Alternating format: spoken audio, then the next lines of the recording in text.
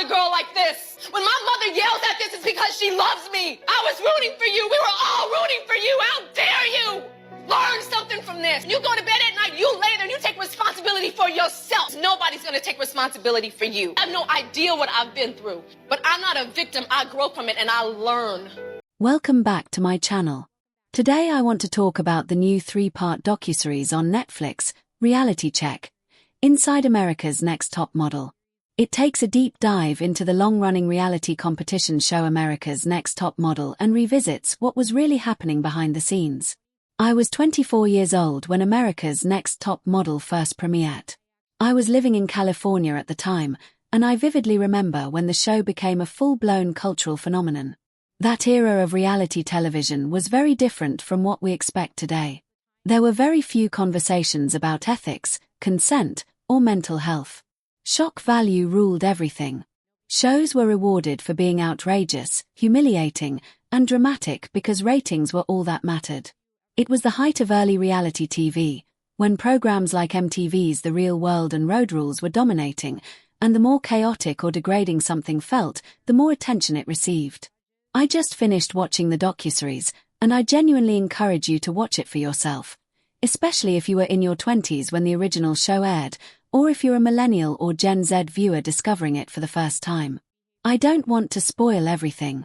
The series includes interviews with former contestants from different cycles, as well as former judges who worked alongside Tyra Banks, Nigel Barker, Miss J. Alexander, and Jay Manuel. Tyra herself also appears in the series. What struck me most was the overwhelming sense of disappointment I felt. Watching certain behaviors again, especially through today's lens, was difficult. Even moments that were framed as apologies did not always feel sincere. Growing up in the late 1990s and early 2000s, I remember how extreme the beauty standards were. Ultra-thin bodies were considered the ideal. Low-rise jeans sat below the hip bones, and you were expected to have a completely flat stomach and be as close to a size 0 as possible. Curves were not celebrated. They were criticized. Because of that era and its aesthetic, I personally struggled with my own body image and confidence. Watching the contestants now reflect on how inadequate they felt during their time on the show is heartbreaking. Back then, body positivity was not mainstream. Being a size 6 could be criticized. Being a size 10 was treated as unacceptable. The culture made women feel like they were never enough. If you've been concerned, like I have, about certain trends resurfacing today, where extremely thin bodies are once again being glamorized, I strongly encourage you to watch this docuseries. It serves as a reminder of how damaging those standards were. The impact of that period has lingered for an entire generation, including millennials and many Gen X viewers. We should not return to a time when it was normal to publicly dissect women's bodies. The series shows how dehumanizing it was to critique contestants' stomachs, thighs, arms, every perceived flaw, under the guise of constructive criticism. While America's Next Top Model may have started with intentions of redefining beauty, it often reinforced the very standards it claimed to challenge. Tyra Banks had achieved incredible success before launching the show. As a prominent Victoria's Secret model at a time when most angels fit a very narrow mold, she stood out. She was stunning, charismatic, and undeniably impactful in the fashion industry. However, the docuseries raises difficult questions about how power was exercised on set. Some of the now viral clips, moments that circulate online as memes, were not funny at the time.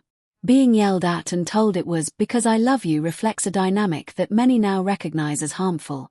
Tough love does not justify humiliation. As the show progressed, it also became clear that many winners and contestants struggled to build lasting modeling careers. In some cases, being associated with a reality show created barriers in the high fashion industry. Agencies often preferred models who were not already public personalities. The irony is that while the show promised to create top models, the very format sometimes worked against that goal. The docuseries also touches on deeply painful outcomes. Former contestants who faced serious personal struggles after the show, including mental health challenges.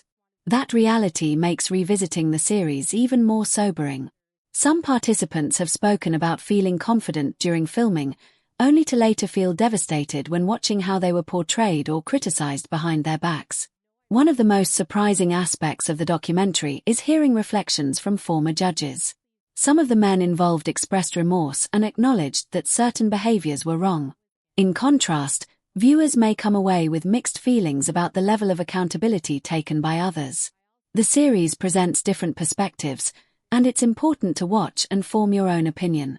Ultimately, this is about more than one show. It's about how women were treated in media, how beauty standards were enforced, and how we, as viewers, internalized those messages. It's also about recognizing that tearing women down, whether in entertainment or in everyday life, has lasting consequences. On this channel, I make a conscious choice not to critique women's bodies. I do not comment on weight gain or loss, and I don't analyze appearances. I know firsthand how harmful those conversations can be. Just because many of us were hurt by those standards doesn't mean we should continue the cycle. If you watch Reality Check, Inside America's Next Top Model, I hope it sparks thoughtful reflection. It's not just nostalgia, it's a look at how far we've come and a reminder of what we should not repeat. Beauty standards evolve, but respect and empathy should remain constant. Watch the series, have the conversation, and let's continue choosing to do better. Bye, friends.